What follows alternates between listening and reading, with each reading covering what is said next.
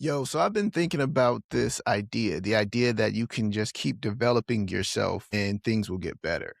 Personal development, professional development is great, but I think a lot of times we miss at least a few key insights and structural improvements that need to happen as well. So I guess what I'm trying to say is I was questioning myself lately with this idea of, hey, you keep developing yourself, but what about your systems?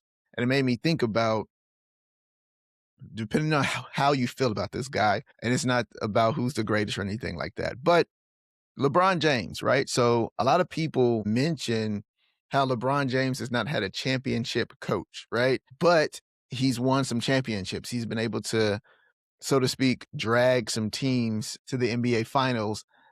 But a lot of people on ESPN and all the sports talk will consistently talk about the idea of what if he really had a Phil Jackson, or what if Pat Riley actually coached him? And Spolstra did a great job, right? But we're just mainly talking about, the beginning of his career, Cleveland, and going back to Cleveland, and then now being on the Lakers. So yeah, I've been thinking about this idea of, at least for me personally, you've been developing yourself, but what about your systems? And yeah, it's so easy to just get into self-development, personal development, but you kind of end up, when you think about it, in those same routines, same environments, and same structure. And so for me, I noticed a lot that I was thinking differently, but my calendar wasn't changing, right? I was just pretty much taking new information, dropping it into my same life, and then wondering why the results were a little bit better, but not strikingly better at a margin that I expected. And that created some friction, to be honest, right? So developing new standards is cool, but if you stay in that same environment or in these same systems, there's limits. There's probably a cap on what you can and can't do. So I don't know what those systems are for you, but I know for me, I'm looking at my systems now and trying to figure out how to be more prepared, how to be more productive, how to execute quicker.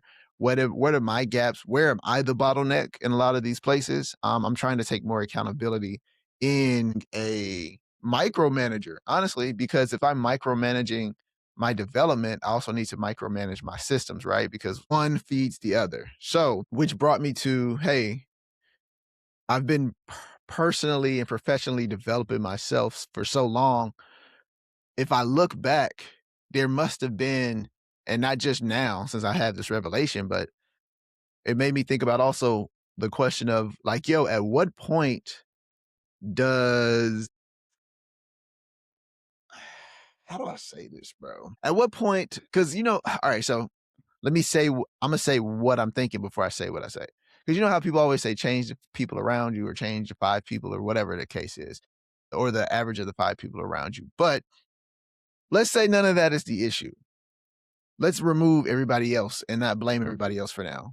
Personally, for you, at what point does your growth, at what point does my growth require structural change?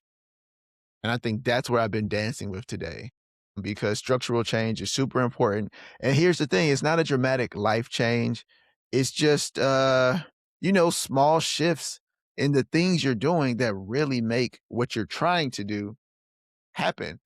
And yeah, it just made me think about that. And I said, okay, Brian, you know what? My systems are not supporting who I'm trying to become. They're just supporting who I am. And you know what? Who I am is a person who decided I needed to develop more. And so, oddly enough, I was deciding to develop more in me, but not make any changes to help the development to become possible. So, yeah, I don't know what your structural changes need to be, but it was a question I posed to myself, and I thought it was a good idea to pose to people who may be dealing with the same thing. I'm getting better, getting smarter, I'm getting more tools in my tool belt, but I'm still hitting some roadblocks that should not be happening, that aren't always other people's fault or whatever my mind went to, or however I blamed whatever the situation was. It was just me. I needed some different structures. And, I look at this and it makes me also excited. Why? Because